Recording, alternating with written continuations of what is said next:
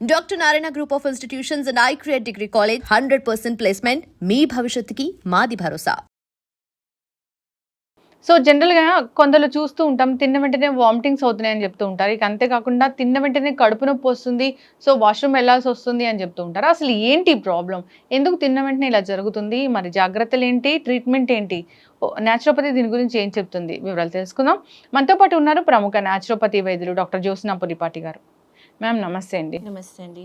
Ma'am అన్నిటికీ మందులు కాకుండా జనరల్‌గా న్యాచురల్ వేస్‌లో కూడా తగ్గించుకోవచ్చు చిన్నవి. సో దానిలో ఇప్పుడు తిన్న వెంటనే చాలా మందికి వామిటింగ్ అవుతుంది, నాజియా ఉంటుంది, లేదా కడుపు నొప్పి వస్తుంది, మోషన్ వెళ్ళాల్సిన పరిస్థితి వస్తుంది అని చెప్తూ ఉంటారు. అసలు ఏంటి అసలు ఈ కండిషన్? అంటే ఈ కండిషన్ ఎవరైనా కంప్లైంట్ చేస్తూ ఉంటేనండి, ఫస్ట్ మనం తెలుసుకోవాల్సింది వాళ్ళకి ఎన్నాళ్ళు బట్టి నుంచి ఇది అవుతుంది. ఇది జస్ట్ ఒక ఫస్ట్ టైం అలా అయిందా, లేకపోతే ఫ్రీక్వెంట్గా కొన్నాళ్ళ నుంచి అవుతుందా. ఒకవేళ ఎవరికైనా జస్ట్ ఫస్ట్ టైం అయింది, మామూలుగా ఉండదు కానీ అయింది, అవుతూ ఉంది, తిన్న వెంటనే వామిటింగ్ వస్తుంది, లేకపోతే వాష్రూమ్కి వెళ్ళాల్సిన అవసరం వస్తుంది అని అంటే గనక మనం ఆలోచించాల్సింది ఏమైనా ఫుడ్ పాయిజనింగ్ అయిందా. సో వాళ్ళు ఎక్కడైనా బయట ఫుడ్ తీసుకొని ఉన్నారా, ఫుడ్ పాయిజనింగ్ అయ్యి దాని మూలాన ఆటోమేటిక్గా మన బాడీ సిస్టమ్ ఎలా ఉంటుందంటేనండి, ఏది ఫారెన్ బాడీ వచ్చినా కానివ్వండి, మన బాడీ దాన్ని ఇమ్మీడియట్గా త్రో అవుట్ చేయడానికి, బయటకు పంపించడానికే చూస్తుంది. సో ఒకవేళ మనకి బాడీకి సరిపడనిది, లేకపోతే ఏదైనా ఆల్రెడీ పాయిజన్డ్ అయిన ఫుడ్ మనం తీసుకొని ఉంటే గనక ఇమ్మీడియట్గా వామిటింగ్స్ ద్వారా కానివ్వండి, లేకపోతే మోషన్స్ ద్వారా కానివ్వండి, మన బాడీ దాన్ని బయటకు పంపించేస్తూ ఉంటుంది. సో ఫస్ట్ ఇది మనం చూడాల్సి ఉంటుంది. లేదు హోమ్ ఫుడే తీసుకొని ఉన్నారు, ఇలాంటి ఫుడ్ పాయిజనింగ్ అయ్యే అవకాశం లేదు అని అంటే గనక వాళ్ళకి ఎప్పటి నుంచి ఇలా అవుతూ ఉంది. సో ఒక specific condition irritable bowel syndrome, IBS అంటామండి. సో ఈ కండిషన్లో కూడా ఈ రకమైన సిమ్టమ్స్ కనిపిస్తూ ఉంటాయి. చాలా ఇబ్బంది పడుతూ ఉంటారు. ఏంటంటే వాళ్ళకి ఇలా తిన్న వెంటనే వామిటింగ్స్ అండ్ దెన్ మోషన్స్ అవ్వడము, లేకపోతే ఒక పీరియడ్ ఒక 15 days వాళ్ళకి కంటిన్యూస్ డేకి ఒక 15-20 సార్లు వాష్రూమ్స్కి వెళ్ళడము, లేదు అని అంటే ఒక 10-15 times వామిటింగ్స్ అవ్వడం, ఒక 15 days ఇలా కాన్స్టిపేషన్ కూడా ఉండొచ్చు. 15 days కాన్స్టిపేషన్ ఉంటుంది, 15 days కంటిన్యూస్ లూజ్ మోషన్స్ ఉంటాయి, ఇంకో 15 days వామిటింగ్స్ ఉంటాయి. సో ఇరిటబుల్ బవల్ సిండ్రోమ్ ఉన్న వాళ్ళు చాలా ఇబ్బంది పడుతూ ఉంటారండి. రీసెంట్గా ఒక క్లయింట్ క్లినిక్లోకి వాకింగ్ చేసిన వాళ్ళు అసలు రెగ్యులర్ పాత క్లయింటే అనమాట, గుర్తుపట్టలేకపోయిన పరిస్థితి. 20 kg వెయిట్ లాస్ అయ్యారు విత్ ఇన్ అబౌట్ 6 months టైంలో. ఏంటి అని అంటే ఈ IBS ఇరిటబుల్ బవల్ సిండ్రోమ్ వచ్చింది వాళ్ళకి. సో దాంతో అసలు తిన్న ఫుడ్ డైజెస్ట్ కాకుండా స్టమక్లో కంటిన్యూస్గా ఏదో ఒక ఇరిటేషన్, యాసిడ్ రిఫ్లెక్సెస్ రావడము, అండ్ ఉంటే కాన్స్టిపేషన్ ఉండడం, లేకపోతే వామిటింగ్స్ అవ్వడం, లేకపోతే లూజ్ మోషన్స్ అవ్వడం, ఇదే కంటిన్యూస్గా ఉంటుంది. సో ఇలా ఇరిటబుల్ బవల్ సిండ్రోమ్ ఉన్న వాళ్ళకి కూడా మనం ఈ కండిషన్ చూస్తామండి. ఓకే, మరి ఎట్లా మ్యామ్, ఎలా తగ్గించాలి దీన్ని? సో వాళ్ళకి డయట్ చాలా ఇంపార్టెంట్ రోల్ ప్లే చేస్తుందండి.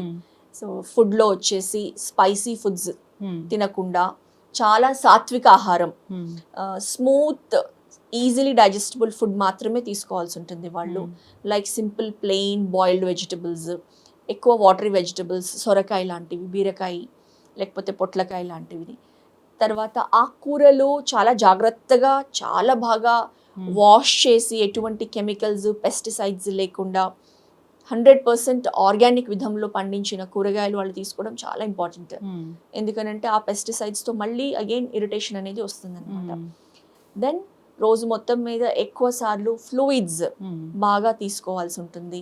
అండ్ దీంతో పాటు ఎందుకనంటే బాడీలో ఉన్న ఫ్లూయిడ్స్ అంతా కూడా వాళ్ళు వాష్రూమ్ వెళ్ళినప్పుడు అంతా డీహైడ్రేట్ అయిపోతూ ఉంటారు.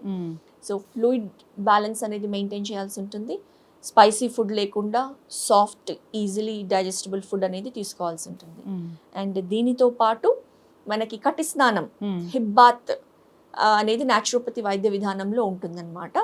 సో ఈ హిబ్బాత్ ఇందులో అయితే గనక కంప్లీట్ పెల్విక్ రీజన్, తర్వాత డైజెస్టివ్ సిస్టమ్ ఒక టబ్లో ఉండి అందులో వాటర్ పోసి డిఫరెంట్ కైండ్స్ ఆఫ్ టెంపరేచర్ వేరియేషన్స్లో మనం పెడతామన్నమాట. ఈ కటి స్నానం అనేది కూడా చేస్తే చాలా బాగా ఇంటర్నల్గా ఉన్న ఇరిటేషన్ అనేది కూడా బాగా తగ్గుతుంది. అండ్ దీనితో పాటు వాళ్ళకి naturopathy other treatments, acupuncture treatment చాలా బాగా హెల్ప్ చేస్తుందండి ఓకే. ఇరిటబుల్ బౌల్ సిండ్రోమ్ ఉన్న వాళ్ళకన్నమాట. యెస్. సో జనరల్‌గా ఏదైనా హోమ్ రెమెడీస్ అనేవి ఏమైనా ఉంటాయా? హోమ్ రెమెడీస్ అని అంటేనండి Mm. మెయిన్గా జస్ట్ అప్పటికప్పుడు. ఇరిటబుల్ బవల్ సిండ్రోమ్ ఉన్న వాళ్ళకైతే కనుక స్ట్రెస్ చాలా మేజర్ రోల్ ప్లే చేస్తుంది అనమాట. సో మనకి వేగస్ నర్వ్ ఏదైతే ఉంటుందో గ్యాస్ట్రో ఇంటెస్టైనల్ ట్రాక్ట్కి ఆ నర్వ్ ఎక్కువ స్టిమ్యులేట్ అయితే ఈ ఇరిటేషన్ అనేది ఎక్కువ అవుతుంది. సో ఆ నర్వ్ స్టిమ్యులేషన్ డైరెక్ట్గా స్ట్రెస్తో రిలేట్ అయి ఉంటుంది.